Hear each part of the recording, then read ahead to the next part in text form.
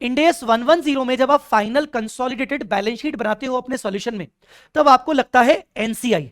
और एनसीआई की वर्किंग करने में कौन कौन से इंपॉर्टेंट एडजस्टमेंट्स या फिर सारे एडजस्टमेंट्स अगर आपको एक जगह मिल जाएं तो हमेशा शायद याद रहेंगे।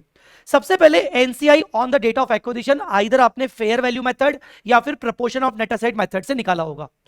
फिर उसके बाद पोस्ट एक्विजिशन पीरियड में जो भी सब्सिडरी कंपनी ने प्रॉफिट लॉस कमाया या फिर ओसीआई में जो गेन लॉस पड़ा है उसमें एनसीआई का शेयर एड लेस हो जाएगा।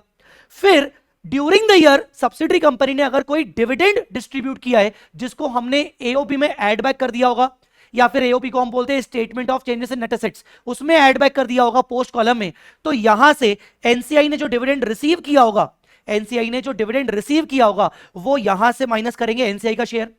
गुडविल, अगर फुल गुडविल मेथड है, फुल गुडविल अगर है तो उस फुल गुडविल में एनसीआई का हिस्सा होगा, और अगर क्वेश्चन बोल रहा है कि उस फुल गुडविल को राइट ऑफ करो, अमोर्टाइज करो, तो एनसीआई भी शेयर ऑफ लॉस अपना माइनस करेगा।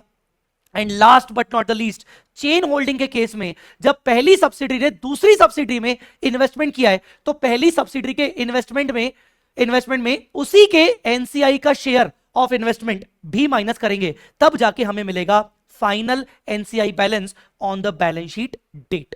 ये है आपका एनसीआई का ओवरऑल वर्किंग। मैं अगले रील में, अगले शॉट में आपके साथ एक बहुत इंपॉर्टेंट वर्किंग शेयर करूंगा जहां पर हम देखेंगे कि ग्रुप रिजर्व्स मतलब कंसोलिडेटेड अदर इक्विटी के बैलेंस को निकालने में कौन कौन सी चीजें काम आती हैं। सारे एडजस्टमेंट्स एक जगह पर अपन देखेंगे। चलिए, वीडियो पसंद आया तो लाइक जरूर करिएगा। All the best for the exams.